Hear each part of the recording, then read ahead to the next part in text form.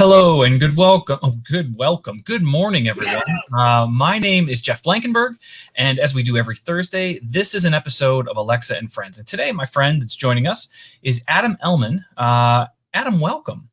Thank you. It's great to be here. So we're going to get into this a little bit later, but you are a UI designer. Is that what I gather? So I'm a principal user experience designer on the Alexa team. Perfect. I've been here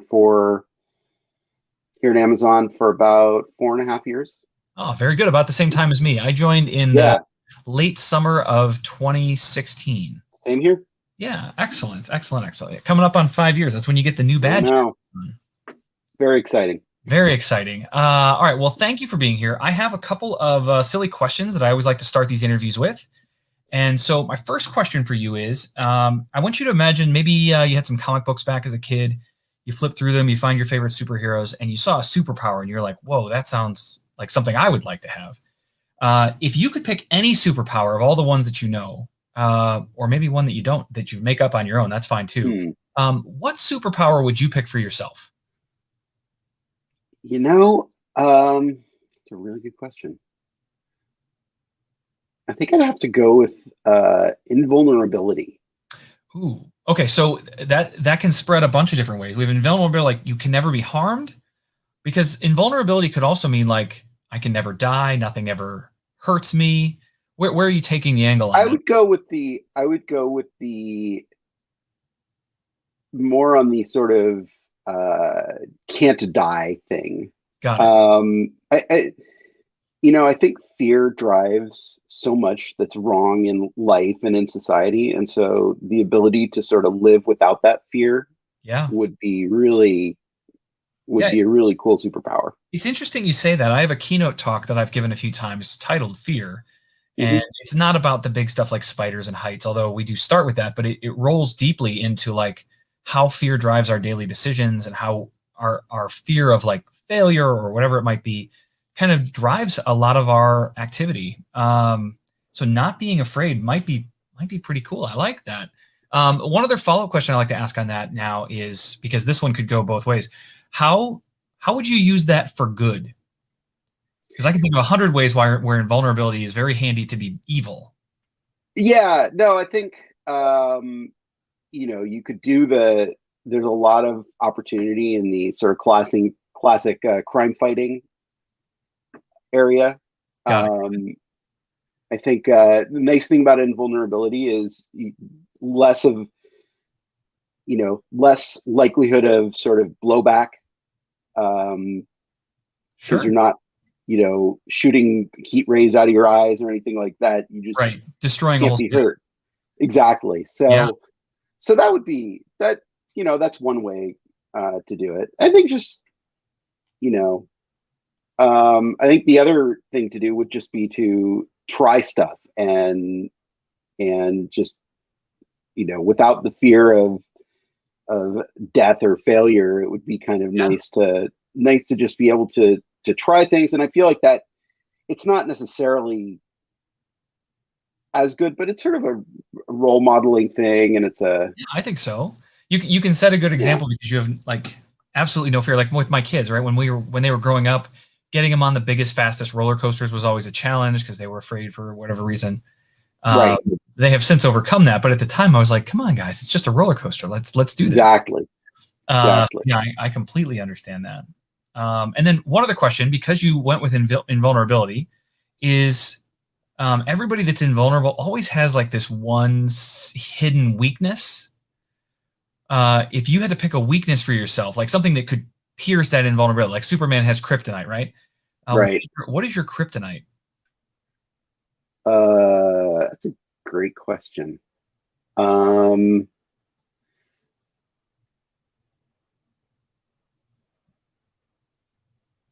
don't know. For me, it would be like Little Debbie snacks, right? Like that would be the one thing, because like that's my own personal weakness. I see one of those sitting on the counter, I'm like, oh, that's mine now, right? That's gonna go into my body. I don't know if you have something that would just be like, one, it's a positive, maybe like, oh, I want to keep my distance from that, but two, like, potentially could take you down. It's okay if you don't have an answer. This is a lot of somebody. Yeah, I don't know. Cute cat pictures or There you go.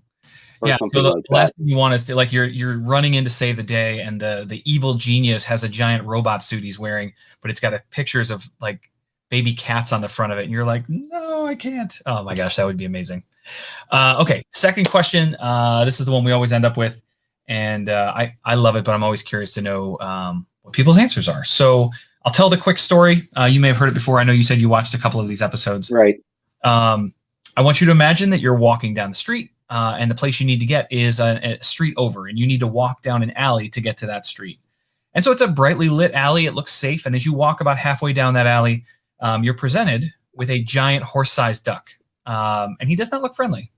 So you decide, as any human would, to turn around and go the other direction, only to be confronted by 100 duck-sized horses. Now you've been trapped in this alley by these two enemies, and you have to figure out which way you want to go. So which direction would you go? Keeping in mind, you do not get to keep your invulnerability. Yes. I'm going to go with the horse-sized duck. One giant duck. All right, here, let's hear One giant duck, because it's less likely to be over. I mean, 100 duck-sized horses is going to be overwhelming. Like, you're just going to be crawling with horses, and you can't fight them all off. Whereas at least one duck, it's like I might have a slight chance of Right. getting by. Plus, I feel the same way about horses. If I was just confronted with a horse, I feel like, I don't know, I might have a chance of getting past him. I'm not going to take a horse down. oh God, no. But I could maybe Duck, sneak my way past him. duck either, and you know, ducks don't have like full arms. They have wings, Right. and that might be tough to get by. But you know, Right. I think I still feel like my odds are better with the big duck than I am with the bunch of tiny horses, though. that's kind of my thinking. I am with you.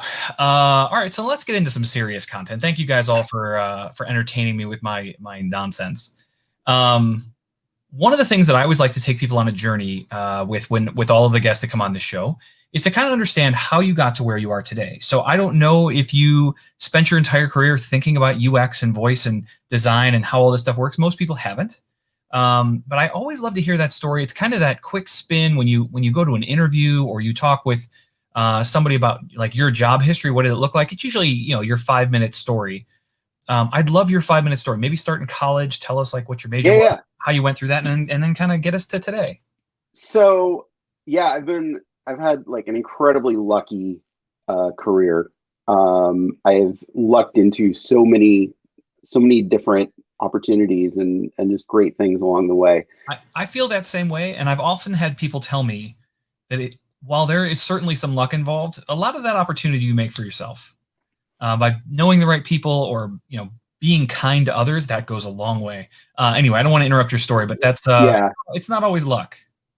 It's I definitely believe in the being kind to others along the way. I think that's a critical piece of it, and part of that is giving other people credit for a lot of the things that they've helped me do. And yes, and so I've had a lot of great mentors and help along the way that I'm really indebted to. Anyway, so the story is I've been interested in technology all my life. We got our first computer when I was almost 9 years old, and I think I'd played with them in school maybe for a couple of years before that, which I know dates me a little bit. I think nowadays, kids are on screen before they're 3, but if you follow the pediatrician guidelines. And so I always kind of knew that I was going to end up in technology, but so I get to college and I'm majoring in computer science, and that was sort of always the plan. But I got this job, great job, working at the help desk at one of the big computer labs on campus. Nice. And most of the folks who came up to this particular help desk, at least, were, it was a mixture of, statistics and computer science students who needed help getting some program running, or, people who needed files were covered off back then, bad Right. floppy disks and fun stuff like that. But this one day, I remember it very clearly. I had this woman comes up to the desk in absolute tears. And so this will require a little bit of background. So this is Right. back in ancient times when, in order to register for classes, you actually had to fill out a card, physical card, with the classes you wanted to take or the classes you were planning to take, and you would go stand in like a Disneyland style line in front of the registrar's office, um, on usually the day it was due, because no one did it ahead of time. Right. If you've ever And been a student, you know. yeah, exactly. Hence the Disneyland style line. Yeah. And you would hand your card to the registrar, and they would then uh, put your classes into their system, and et cetera, et cetera. Well, what had happened was this woman had been randomly selected. She was an art grad student, I remember, and she'd been randomly selected to be in the beta test for this brilliant new online registration system. Oh, Um, and this is like ancient times. So this isn't even like a web application. I think the web at this point is about 6 months old. nice. So this is Can like you put a year on this? this is I think 91. Okay. So 1991, maybe 92, but pretty sure it was 91. And the so this is like a terminal application. So it kind of asks you questions and you type in the answers. And so I go over to help her try and register for classes. And she's this art grad student who's computer phobic, has not really used computers in her life. And she's stuck because she has to register for classes. And so I sit down and I help her. And as I'm helping her try and get through this obviously very traumatic experience, I kind of start noticing, like, gee, why are they asking this question here? Why did they word that question that way? Right. That's weird. Wouldn't it be easier if they asked the questions in a different order? Then they wouldn't have to ask this other question. Yep. Stuff like that. I have a perfect example of that. We have a lot of people here that watch that are Alexa developers, right? So they Yep. build stuff, they build skills. And one of the lessons that I commonly see people ask is something like, "Can I help you with anything else?" This is the kind of question in an Alexa skill that just drives me crazy, because the answer to that question is yes or no. Now, the person that wrote it intended for the user to say like, "Yes, help me with this," or "I need help with whatever topic," but they asked a yes/no question. Can I help you? And so if the user says yes, or if they say yes, what are you going to do except ask them the question again? Okay, what do you want help with? And so it's that weird little twist on words, I think, which is what you're getting to. Like, how can I shift a question to be more answerable than what is currently written? Is that accurate?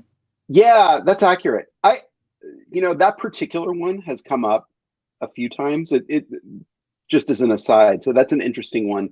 I actually have a slightly different take on it, which is it's fine to ask that question, but you had better be prepared for people to say yes or no. Because I think it is actually very natural for people to respond to that with kind of what they want next. But Right. if they say yes, you'd better be ready with something natural and not like, sorry, what was that?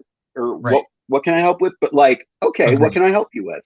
Agreed. And that's why I And really encourage people to shift beyond that and just ask the yeah, direct question. Don't give them an opportunity to say yes or no. yeah, I think there's a few different ways that you can do that. But yeah, if you're going to ask that question, you better be prepared to say yes or no. Right. So for people to say yes or no. Anyway, so back to the story. So I kind of had that realization, and I had a friend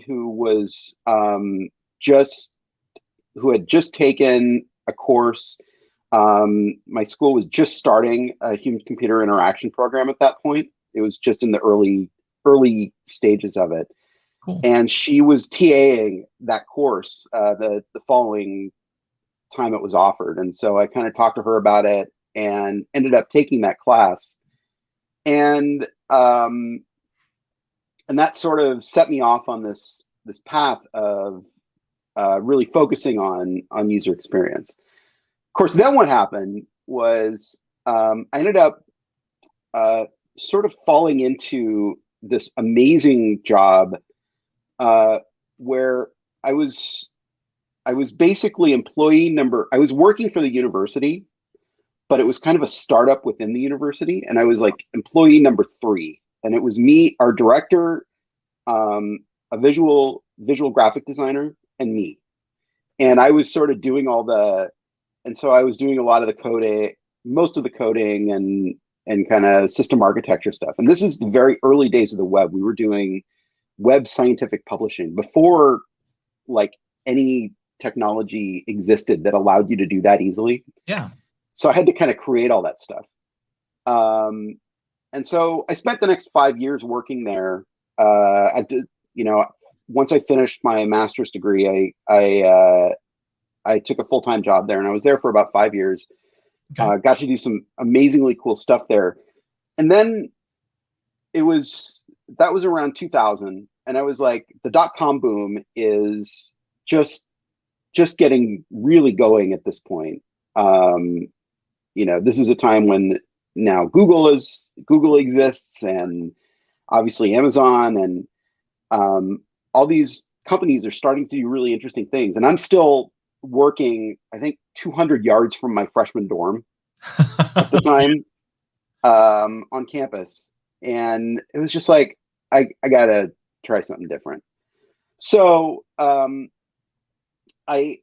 that point, I made, I think, the one career mistake that I've ever really made. And it wasn't like a bad mistake. It was a good learning experience. But when I started marketing myself and looking for jobs, I marketed myself as a software engineer because that was what I thought I was sort of qualified for, without really thinking about what do I really want to be doing. Right. And so I ended up with an engineering job at an awesome company, which is a whole nother story that I won't get into now. But it was a lot of fun, but the folks at that company have gone on to do great things. The company itself folded about 6 months after I got there. So, so it's, early 2001, and I'm unemployed, and I start looking for other jobs, and just nothing is interesting. And at some point early that summer, I'm like, I should just take some time and figure out what I really want to be doing. Yeah. And it was actually a visit from my parents, who came down from Seattle. So I'm in California, Okay. and they live in Seattle, and they'd come down, and they were actually visiting a friend of theirs. And I ended up tagging along for this talk that my dad did on web usability for this magazine, and because I had nothing better to do because I was unemployed. So, Sure. and I realized, like, oh right, this is what I want to be doing. And so immediately, kind of redid my resume. I put together a portfolio. Fortunately, I had been doing some UX work at this old job. So I was able to put together like a somewhat coherent portfolio and started looking for UX jobs. And it turned out that the one that took a chance on me was this company called Tell Me Networks. And Tell Me was a company that had a vision of doing, it was something that they called dial tone 2.0. Ooh, okay. And the idea was you should be able to pick up a phone. You used to pick up a phone and get a dial tone back in the old days. Well, I So remember those. yeah. For some of our viewers who may not be familiar with such a thing. Right. So dial tone 2.0 was this vision where instead of getting a dial tone, you would get something that says, hey, what can I help you with? And you could just say what you want and get it. And I love that. It's amazing. It was an awesome vision. And by the time I got there, it was right after the dot-com crash. So they'd kind of pivoted, and we were doing mostly like 800 number services for enterprise clients. So I got to work on a few of those, but we still had some of that original vision was going on. There was actually a service called or there was a service that you could call up and get weather and news and sports and sports scores and things like that. It was all menu driven back then. So you'd have to say sports, baseball, Giants, or Right. whatever. Very limited vocabulary. Very limited vocabulary. Anyway, so I was at Tell.me for about 5.5 years, and then Tell.me got acquired by Microsoft, and I stuck around for another few years. I worked on some really cool things there. I got to work on the original Xbox Kinect, which was Nice.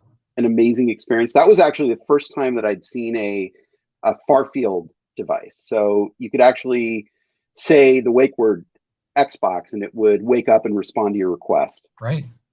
But that was like super limited vocabulary. I think we had a limit of like 10 words that could be in grammar at any given moment. So pretty limited, never really caught on. So then a few years later, I decided to move on to Intel, where I worked on a bunch of things that were really cool, but never saw the light of day for various reasons. Intel has a lot of those. Yeah. And then 2014, Amazon announces this big cylinder called the Echo. And I'm like, that's awesome.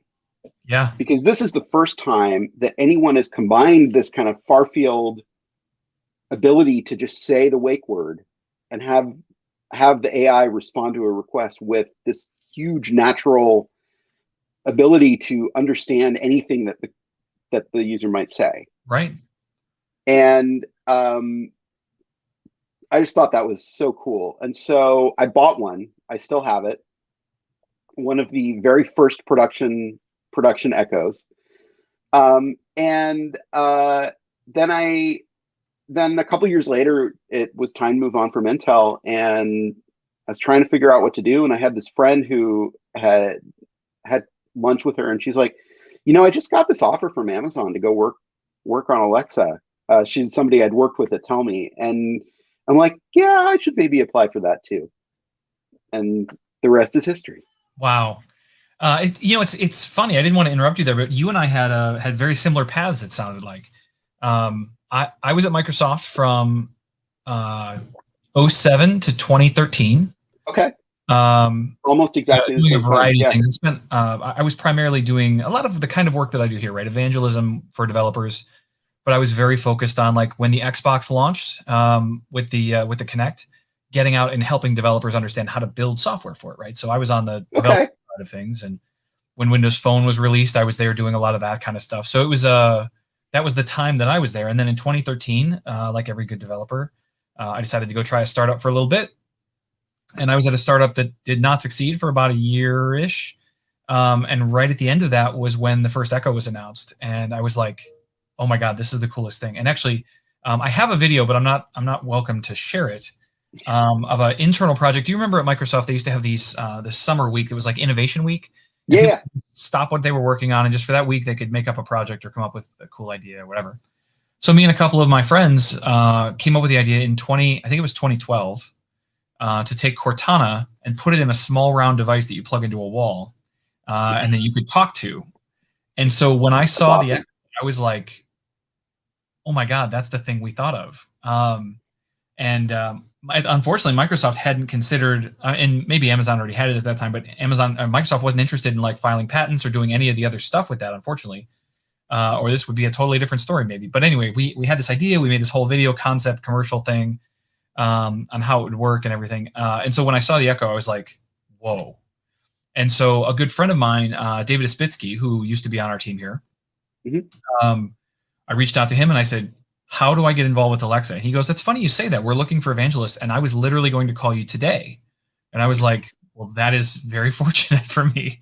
And so again, same kind of story. I was so interested in the technology and the way it all works that I had to be a part of it. And so here I am again for, almost 5 years later. Yeah. Very, very cool. All right. So now you're at Alexa. Have you had multiple roles, or are you still in a very similar role to when you got here? So very similar role to when I got here. I'm not one to jump around mostly. I stay places for a few years at a time at least. Sure.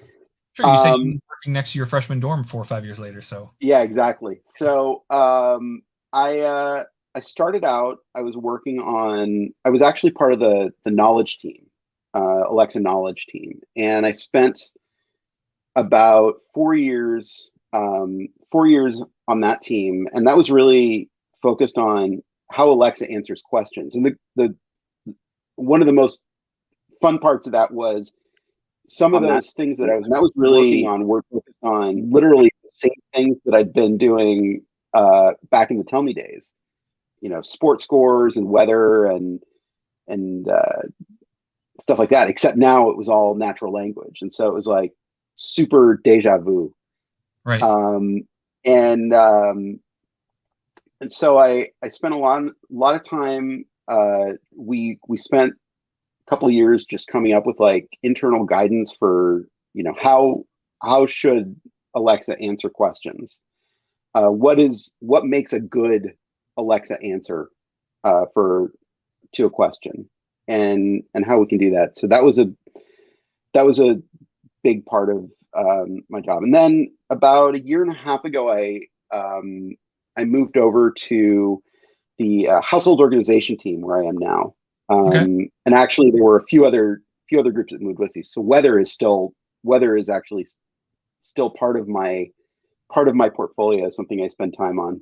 Oh, That's interesting. been Okay. like the constant. Weather has been my baby for years and years. Got it. And when you refer to weather, just for the audience, you're talking about when I say to my device, "What's the weather?" That Exactly. experience. That whole experience is kind of Okay.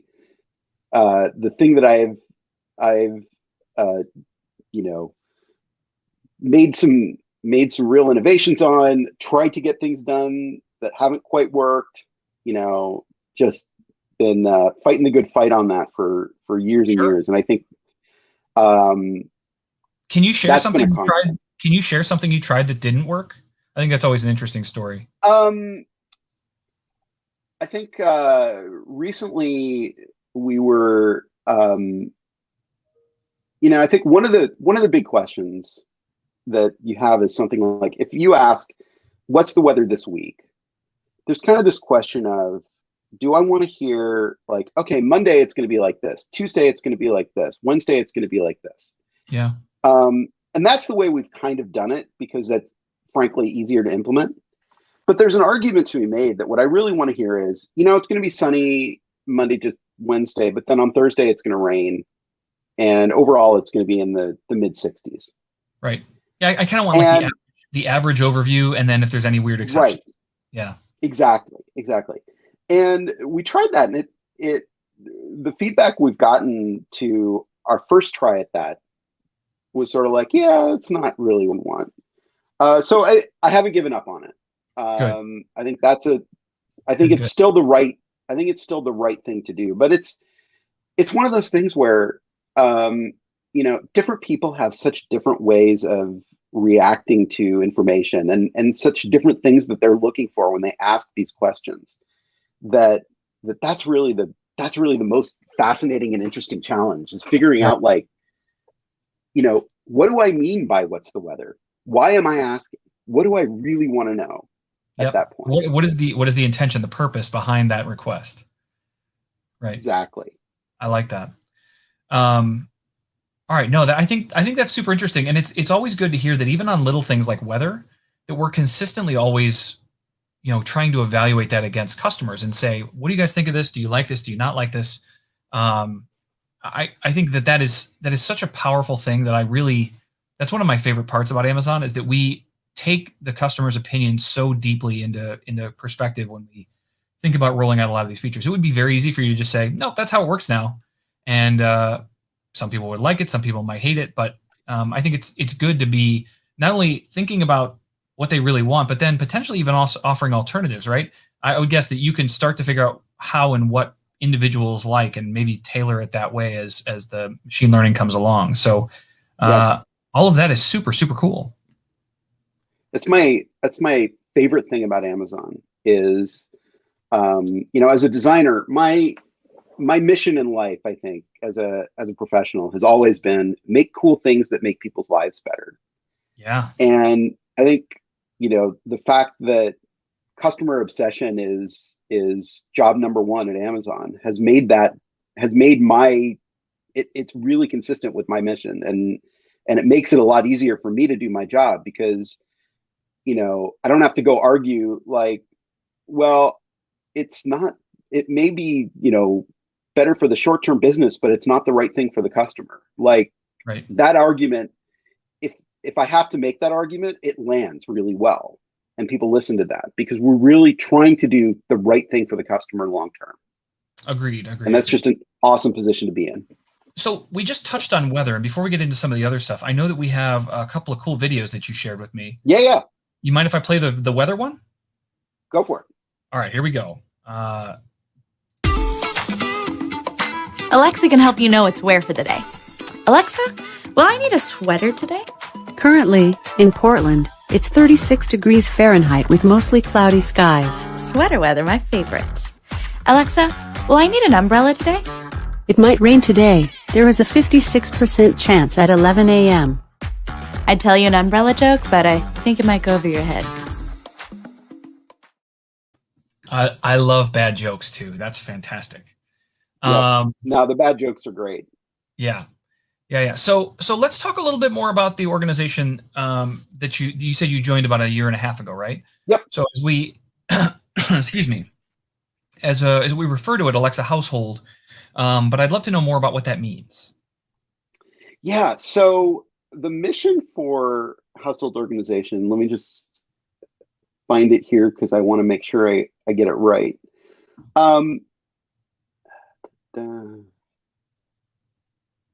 Yeah, can't remember. But the idea is we want to make households and families, we want to make it possible for families' lives to run more smoothly.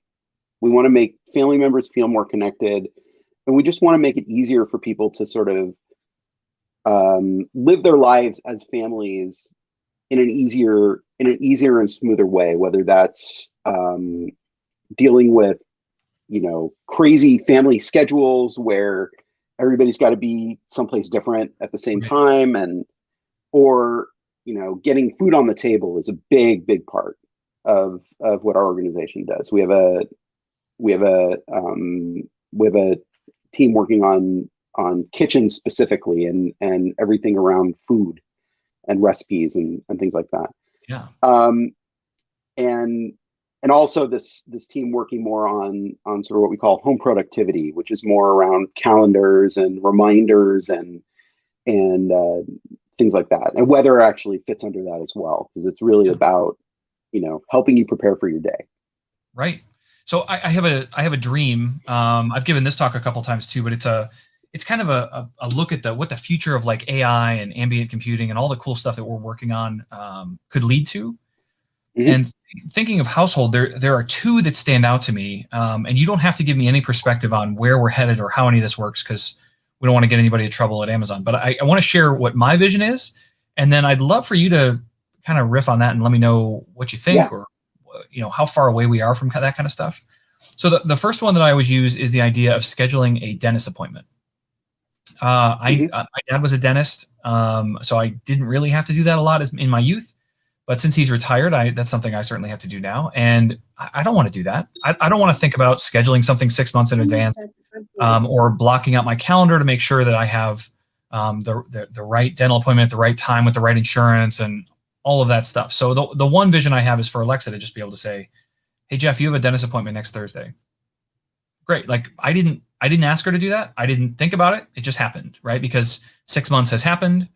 She knows to talk to my healthcare provider. She knows how to talk to my dentist. She knows how to talk to my calendar and say, it's going to be right there. That looks like a perfect spot for a dentist appointment. That's one. And there you can think of 100 applications of that. But the other one, which I think plays a little nicely into household and something you mentioned, like managing calendars and all that, there's two sides to this, but I'll focus on the one, which is as we're coming out of this pandemic, I am so unbelievably desperate to spend time with my friends and family that I haven't really seen in person in some cases a year. And I feel like there's an opportunity for me to load in at some point a list of the people that I would really enjoy spending some time with, and for all of these systems to be able to say, oh, I scheduled something with you and Mike for next Tuesday. And on Friday night, you and your wife are going to go out with this couple. And like, it starts to plan your social life for you without you having to like really get engaged. Both of those are really like, hey, magic happened on my calendar. But I feel like in both of those cases, my goodness, think about the effort it takes to get two adults to meet someplace. You've got to like exchange times and like locations, and it's a whole thing. I don't want to go through the whole thing. I just want to meet up and hang out. Yeah, I mean, those are really interesting use cases. Obviously, I can't talk about anything we're Of course. may or may not be working on, but I would say like the hard part of those things is really not anything with any. There's no technology barrier to keep us from doing those things. It's really just about getting all these different systems to talk to each other. Yep. I think with the dentist appointment one, you know, you could certainly imagine that Alexa could talk to your dentist's reservation system and just in your calendar and sort of figure out an open spot and do that. There's some tricky pieces of like the way people manage their calendars, and like, well, not everybody puts everything on their calendar, so you can't always necessarily get a perfect sense of like, is this actually a good day to go?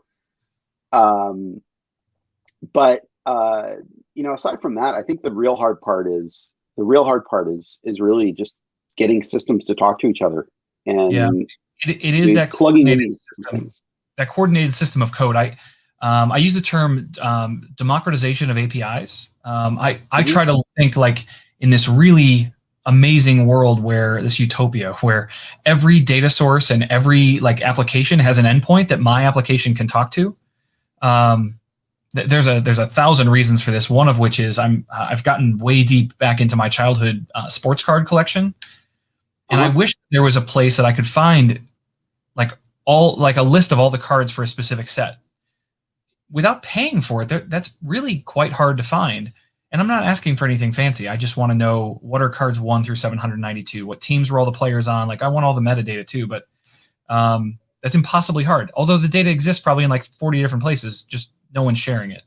I feel like if we could open all of that stuff up everywhere, my goodness, what would be possible? Some amazing possibilities. Yeah, for that. Completely agree. Yeah, it's the bad actors that really make all this so hard. But yeah.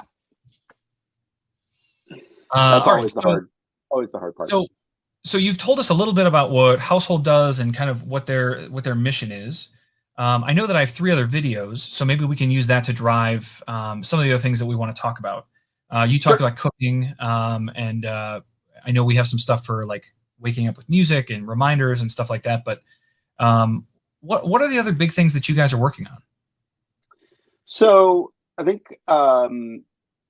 you know, we're really thinking about how we can improve all these features to make life run smoother for people.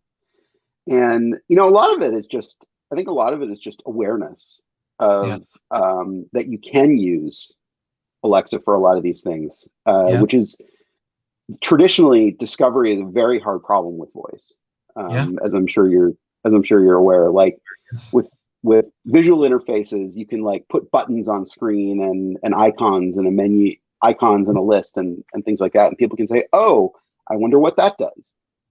Doesn't exist with voice. Right. So there's no way to sort of see what's possible. And so we have to kind of make people aware in subtle or not so subtle ways of things. And so these videos are actually great examples of you know, one of the few effective ways to do this. I've had questions about specific things like this, especially for the elderly, where they don't have the necessary technological adventurous mind that younger people do. I mean, if you hand a tablet to a 3-year-old, they know how to use it instantly, even if it's their first time. But if you hand that same tablet to my 85-year-old grandmother, like, no, she's not. What do I do with this? Right? Like, that's the first question. And so I think the same problem we have with voice is that I don't know what I can do, and people are afraid to explore sometimes. Yeah, and then I think with visual UIs, you sort of have the opposite problem of with voice, because with visual UIs, you can sort of say, oh, you just tap on this thing, and then you tap on this thing, and then you tap on this thing. And then, if they do something else, it probably won't break the system. Right. But with voice, you've got this additional complexity of, well, you can say this and you can say this, but then it's like, well, what if I change part of what I'm saying slightly? And like today, with today's technology, we're still in a world where, unless you've done a really good job of covering all the possible utterances, it's very easy for someone to say something that should work but doesn't. Right. Agreed. And then they're like, oh, well, this doesn't work. Yep. And that's a really hard problem to get around with voice. And so we have to I think we have to keep sort of teaching people what they can say that will work. And we also have to make it so that anything that's reasonable that they could say will work. I think those are really the two angles that we have to take on this. I can see that. And with some of the skills that I've built, I try to focus deeply on that. Like if I have one that's a giant trivia game, and if you give me a wrong answer, I just say, I'm sorry, that's not the correct answer. The right answer was this. But it's very possible, based on all the data that I've created, that you got it right. I just didn't have the right synonym, or, the answer was Abraham Lincoln, but I didn't put Lincoln as a potential answer, and didn't hear Abraham Lincoln, so it didn't give it to you. So I record all of that stuff and then regularly review and audit it to say, oh my gosh, look at all these right answers that people were told they were wrong, or vice versa, right? They were told they were right, but this is actually not correct at all. Those kinds of things, right today, like you said, with the way the technology is today, developers are building those systems themselves, trying to figure that out themselves. And it does feel like eventually there will be a point where the machine learning can do the heavy lifting for you and identify like, oh, he's looking for this kind of thing, and this matches that close enough, and I'll give it to him. Yeah, exactly. I think the sooner we can get there, the better off I think we'll all be in developing all these experiences. Agreed. I want to play another video because they're kind of fun. Yeah. Would you recommend cooking, music, or reminders? Let's do the cooking one. All right. We're throwing a party tonight, and with all these moving parts, I want to make sure my cooking times are perfect. Not like last time. Alexa can set custom timers so you can keep tabs on everything. Alexa, set a 2-hour rib timer. Rib timer, 2 hours, starting now. Alexa, set a 30-minute bean timer. Bean timer, 30 minutes, starting now. Alexa, it's party time. Yeah. I've got your back, baby, and your baby back ribs. I like when little humorous things like that get mixed into it. Go ahead. Yeah, sorry. I think the timer thing is really the named timers feature is a really good example of something that is super. Once you understand it and once you know it exists, it's super useful, and it's very natural to use it. But if you don't know it's there, then there's nothing that. It's really hard to understand, to even conceive that you might want to do this. Agreed. And it's amazing how all of this stuff builds on top of itself, right? Like timers have been there since the beginning, but then we were able to name them. And then on top of that, if people haven't seen it before, there's a device you can use that makes the timer experience so much better, the Echo wall clock. Yep. Do you have one of those in your house? I don't today, actually. Okay. Man, I can't tell you what a difference that is, because you can have a clock that's up on the wall. It looks like innocuous. It's just a clock. In fact, I think I have the Mickey one right here. Love the Mickey one. There's the Mickey wall clock. So this one's not even on the wall right now. I used to have one hanging where this light is, but those kinds of little gadgets. I mean, I will tell you, timers have taken on a whole new look now that I have a visual representation up on the wall of how much time is left on my timer. I don't have to stop and ask the device, or we have an Echo Show in the kitchen, so I could potentially look at the timer, but it only shows you one at a time in its normal state. If I say, show me my timers, it'll show me all of them. Right. But on the clock, I can see all of them. It's pretty cool. That's really cool. Yeah. Yeah, I think there's so much opportunity. That's one of the really exciting things about sort of doing design for Alexa right now is there's so many possibilities that I think we've just begun to unlock with screen devices. Yeah. I think And the phrase day one has never been more true than it is absolutely, with all of this stuff. I mean, yes, we're 5 years into this journey, but my goodness, we have still only scratched the surface of the possibilities. absolutely. I mean, I'm nearly 20 years into working with voice, and Yeah. it's a brand new world every single day. Hmm. Day one is the day one culture is very, very much alive in voice design. Yeah. Agreed. Super Agreed. exciting. So as you think about this household, right? I mean, we talked about scratching the surface and the possibilities. One of the things I always try to really be careful and avoid is I don't want to know what you guys are doing next month or next week or next year. But as you look like at a 5 year view, what are the things that people might have an opportunity to see in their household that they don't today? Is there anything that you're like long term, like, man, that would be awesome when we get there? I think, like you said, this idea that Alexa can just sort of schedule your dentist appointment for you. Um, that's actually a great example of something I'd love to see in 5 years down the road. I think, you know, knowing Alexa, knowing that you need to be at the office, hopefully by then. Um, Right. you'll your kids have baseball practice and oops, the ride fell through, so somebody needs to pick up one Yeah. of the kids at school and take into baseball practice, Oh but man, you have a meeting. forgotten what a nightmare that could be. My kids are a little bit older now. Yeah, And my daughter can drive, so that is less a problem these days. But yeah, that used to be a nightmare. yeah, exactly. And so having Alexa sort of take care of all of that behind the scenes and sort of not necessarily, I mean, she can't drive, so Right. Alexa Yeah. can't drive today, but uh, you know, having the AI sort of take care of all the logistics and make sure that like somebody's on tap to do that and let you know when nobody's out there to do it. Yeah. Like that's a that's a huge that's a huge potential win. Right. Yeah. I'm very excited. I mean, I see all of this convergence, and I clearly spend a lot of time thinking about the future, but I see all of this convergence. Right. Cars are starting to get more connected. We have amazing vehicles like Tesla and a number of others that are almost autonomous, right? They can be as close to autonomous as we want them to be. And then we have all of these amazing rich voice interfaces. I mean, it just feels to me like at some point in the maybe distant future, who knows, that all of that stuff is just you get in the car and you talk to your car and you go, and that's how you get there, right? It And should just be it should just be seamless.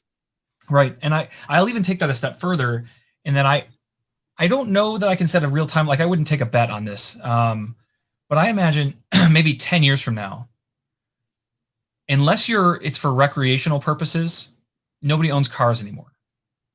Like nobody own that. Like the idea that you would own your own car seems frivolous and like Right. that's something old timey. Why would you own your own car? Because at any moment you can talk to any of the devices in your house and you can have a ride there in a few minutes. It's an autonomous vehicle that just pulls up, you hop in, it goes to where you want it to go. And then you get out and you don't have to like think about all the parking lots and all the other stuff that just wouldn't need to exist because we don't have to park cars anymore. We just have cars that pick us up and drive us places. Yep. That would be amazing. I love that. Yeah, I love that vision. I know like great companies like Waymo and Uber are working towards that exact vision. Mhm. And I think it's really interesting it's really interesting to see what they're coming up with. Yeah. And then how Alexa can fit into that. You can ask Alexa today to get you an Uber, for Right. example, or a Lyft, and having that work seamlessly so that everything just kind of works together, I think is the kind of potential that it unlocks.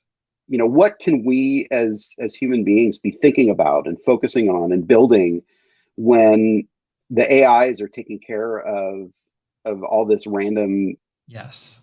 random All the background things. noise. One of the other ones I like to use, just because it sounds controversial, is that I don't want to pay my bills anymore.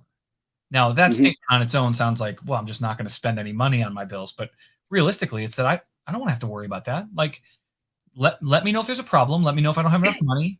But for the most part, I feel like a well-trained machine learning model can do a better job of managing my finances than I do. Because I'll make irresponsible choices like running through drive-throughs and doing this and like buying things that I shouldn't buy. But it'll be very steadfast and say, no, we need to pay down our debt. We need to do this. We need to make sure we make our mortgage payment. Like, chill. And so, yeah, I'm all for it, man. Let's find a way to automate all that nonsense out of the back. So I can continue to invent and build and spend time with my friends and family. Like that's where the real value is. That's where the real value is. I think that, no AI will ever be able to prevent you from going to the drive-through, I think. That's probably well. Not true. If the AI can control the car. Yeah, I'm not sure we want to get to that point. No, I think that might be a little bit too far. But definitely like if there are ways that you can use the AI to help nudge you to make the right choices. Mm-hmm. That's a really interesting possibility. And obviously, it's something that you have to consent to and do and opt into. But it's the kind of thing where if that's what you want to do, there's a lot of interesting psychological research about sort of building habits and being nudged into making the decisions that help you. Yeah, I can actually give you an example of this. So my wife and I started a diet last September, and in the first 4 months, I lost 40 pounds. It was amazing. And in doing that, a lot of the motivation I had came directly from my wife, because there were times where I'd go into the pantry and I'd grab a bag of Doritos or something, and she'd be like, "Is that a good choice?" Right? And we were working very hard. We were supporting each other. It was never meant in any kind of malicious way. But those kinds of questions drove me to like, no, you're right. Fine. I'll just have a carrot or an apple or whatever. And I'd put them back.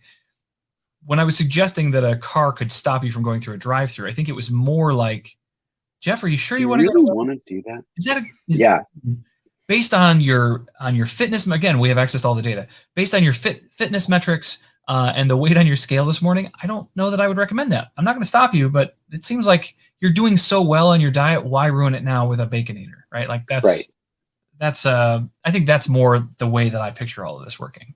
Yeah, it'll be really interesting to see how that evolves. And I think, obviously, having what we want to do is the right thing for what the customer wants. We want customers to be living their version of their best life. Right. And so finding ways to support that and helping them make the decisions that they want to be making. If that's something that motivates them to do what is right for them, then that's great. But there's also a lot of ways that can go wrong that you have to think through and really be sensitive to. So yeah, I mean, it's like I said, it's amazing. It's an amazing world to work in. Right. And so someone in the chat just mentioned like judgments, not welcome. Helpful suggestions, those are fine. Exactly. That's a very clear dividing line. That's good. I think as we get more and more advanced with AI, that line is going to be fuzzier and fuzzier. And we're really going to have to be careful about where we draw that line. Mm-hmm. That's the fascinating thing. Language can come off sounding very judgy. Oh, for sure. For sure. And my wife and I have those challenges too, right? Yeah. I was just trying to help. No, you weren't. Right. All right. I'm gonna pop in one more video. Maybe the music wake up. Yeah. All right. That's a fun one. Let's do that, and then we'll wrap some things up here. Waking up can be a little bit better with Alexa. Alexa, wake me up to heavy metal music tomorrow at 6:20 a.m. Alarm set for 6:20 a.m. tomorrow to hard rock and metal on Amazon Music. Alexa, turn off lights.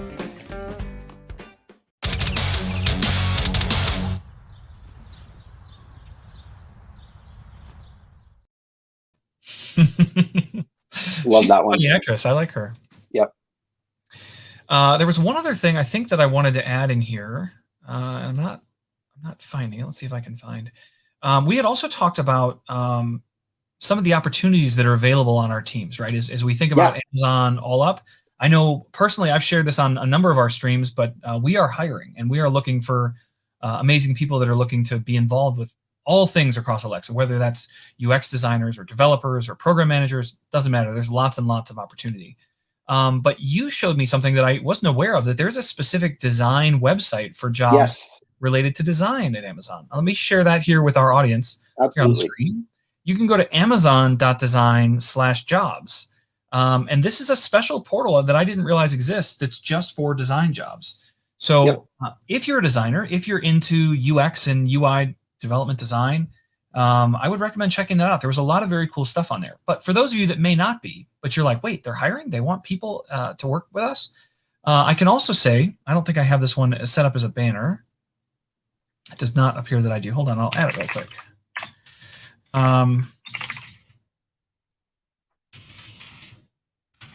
Maybe. You can go to this one, amazon.jobs. And this is our standard job portal website. You can find everything at Amazon, all the way down to working at a fulfillment center, all the way up to, Jeff Bezos just announced he's leaving. Maybe there's an opening. So like it's that full range. All the jobs are there, but you can search for things like Alexa and you can easily find roles that you're looking for if you're interested in joining our team. So. I'll just note also the design jobs one that you mentioned. If you scroll down on that link or scroll down on the page, you will find a link specifically for voice design and kind of related positions. So cool. if that's a specific area of interest, there's a link for you on that page. Awesome. And as we wrap things up here, I know that you're also involved with our design guide, right? The Alexa design guide. Mm-hmm. For those that aren't familiar, I'll add one more link to the screen, which is alexa.design/guide. Can you tell folks kind of what they should expect to find when they go look there? Yeah. So this is our guidance for designing great Alexa skills and experiences, and it's evolving over time. So check it today, and you'll see a lot of great guidance. Check it in 6 months, and it will be even better. And I think there's a lot of great guidance there on how to create, how to write good dialogues, how to create just great Alexa experiences that really help customers do what they want to do and make their lives a little better. That's awesome. I have spent many a day and a night reading through our design guide to make sure that I'm trying to approach things the appropriate way. It's a very helpful guide. And like you said, it's a living document. They're constantly working and evolving as we learn more about how people interact with voice. So I think it's a fantastic thing to check out as you're thinking about skills. All right. Is there with any other parting thoughts, Adam, before we wrap up? We're right here at time.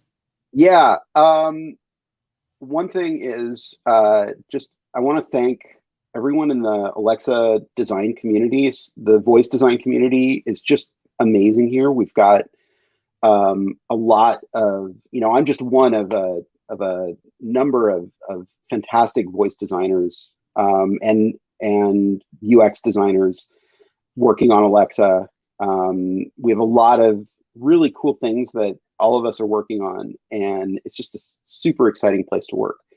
Agreed. And the last thing that I want to say is the one tip that I will give is please use contractions in your dialogues. Oh, interesting. There is nothing more robotic sounding than hearing "I am" or "it will not." Right. Almost always. There are exceptions, but you almost always are better off saying things like "I won't" or "I'm." Or theirs rather than there is. Yeah. That's an interesting thought on that one. I like that. Yeah. It's my number one pet peeve whenever I hear, you will hear Alexa say non-contractions all the time when there could be a contraction substituted. And it's the one thing that I hear it, and every time it's like, no. Yeah. Yeah, I can see that. And I think that a lot of the challenge with that is that oftentimes people write down the scripts that they want Alexa to use, and when you write, you don't frequently use contractions. Yep. One of the things that I learned very, very early in my voice design career is that we're writing for the ear, not for the eye. Yeah. So that's a really important principle to keep in mind. Very much. That's a great way to say it. All right. With that, we're going to wrap some things up here. I wanted to bring up one more link for all of you. If you're looking to get more involved in the Alexa community as a whole, whether that's design or development or even content creation, we have another fantastic place you can go. If you haven't been there before, we have an Alexa community Slack. There's well over 800 people at this point that all have joined, and they have conversations and they talk about their philosophies on a lot of the things that Adam and I have been talking about today. But you can go there. You can ask questions. You'll find that the product team folks are there. There's lots and lots of cool things to interact with and talk to and meet people. So if you have thoughts, questions, ideas, or just want to get to know the Alexa community better, I can't recommend enough. Swing over to alexa.design/Slack. So with that, we're going to call it a day. And you know what? We'll go out on our last commercial here. We have this last one about reminders. So before I do that, Adam, I want to thank you so much for joining me today. It's been absolutely a pleasure getting to know you. Same here. Awesome. All right. Well, everybody take care. Thank you guys so much for tuning into Alexa and Friends, and we'll leave you with a little clip about reminders. Life gets busy, and sometimes it's easy to forget to keep in touch with my favorite people. Alexa, remind me to call Dad at 6 p.m. Okay, I'll remind you at 6 p.m. Actually, Alexa, remind me to call Dad every Monday at 6 p.m. Okay, I'll remind you every Monday at 6 p.m. Okay, I hope you heard that, Dad.